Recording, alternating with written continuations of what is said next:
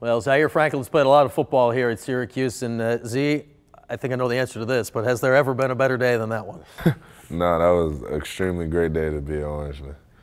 When you look back at that, what was the weekend like after? Your phone blowing up, people reaching out, just being here in Syracuse, what was all that like? It was crazy. My Twitter went crazy. I had ridiculous amount of Instagram DMs, Snapchat, all my boys.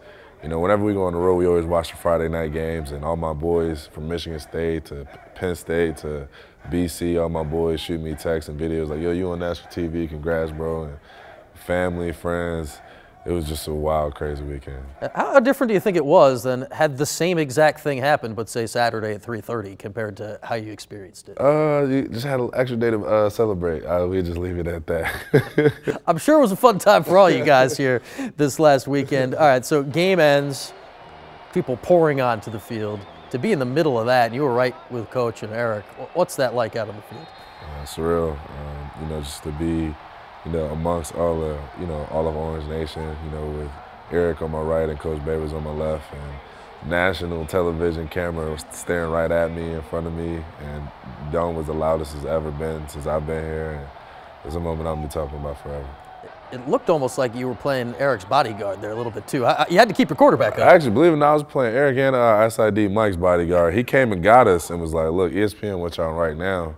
I had to rip both of them through the whole crowd of fans, and then Eric, obviously he had a great game, so everybody's trying to, show the QB some love. So when it was time to get out of there, I had to make sure I grabbed Odunji and kind of protected him. I was the left tackle for a second. I was trying to find you guys. I knew that was a losing effort. I'm like, they're in the middle of that. That's never I couldn't find anybody. That's never gonna happen in there. Okay, so that all happens.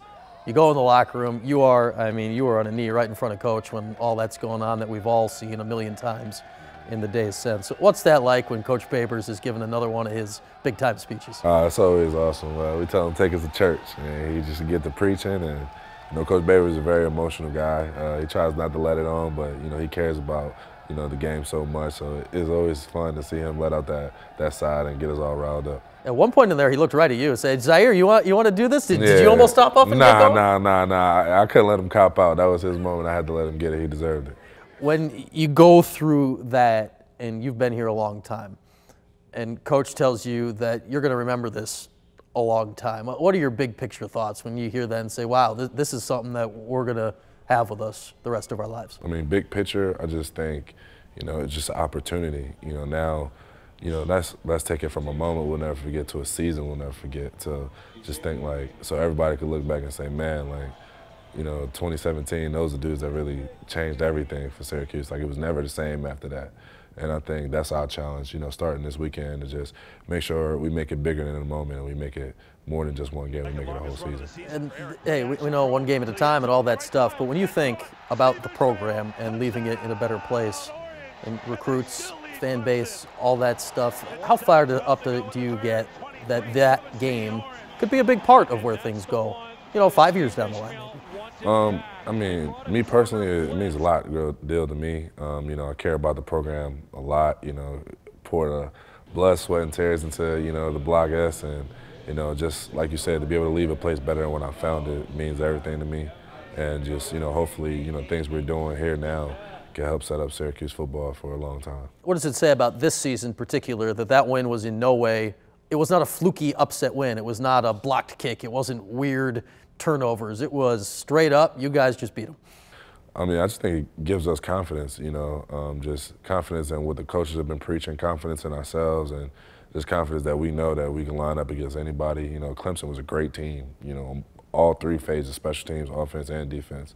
And the fact that we can, match their efforts and, one up them when the time really called for it meant a lot. And it shows that, whoever else is on our schedule to not be afraid and just go attack them full force. All right, you talk about the idea of now you want a special year. How can that game affect this year in that way for you? Well, now it's just all about focusing 1 week at a time.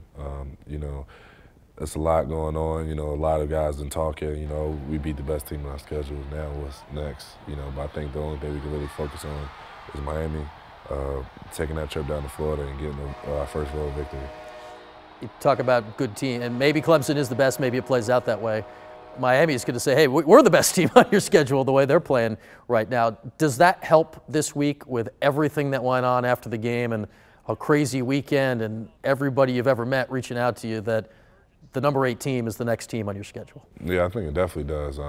Helps you rip you out of that dream world that you were living in, and life is good and everything's peaches and cream. And now you're like, hold on, we got to make that trip down to Miami this weekend. And I know their fans gonna be going crazy. They're undefeated for the first time in a long time, and sounding like the U's back. So it's our opportunity to go prove them wrong. All right, lastly, Zaire, take us into this matchup. What do you see out of this Miami team that is going to cause trouble this week, and how do you get another top 10 win? Experienced line, very strong running game, quarterback who seemed like he got ice in his veins when it comes down to the 2-minute team who's executed when the time called for it the most and got victories in really tough situations. So I think it's up to us to just make sure we stop at the run and keeping ourselves in a position where we don't let them get them 2-minute drives again. Yeah, they've had some crazy finishes the last 2 weeks against Florida State and Georgia Tech. We'll see how it goes this week. Zaire, enjoy it and good luck. Thank you. That's Zaire Franklin. Matt, let's send it back to you.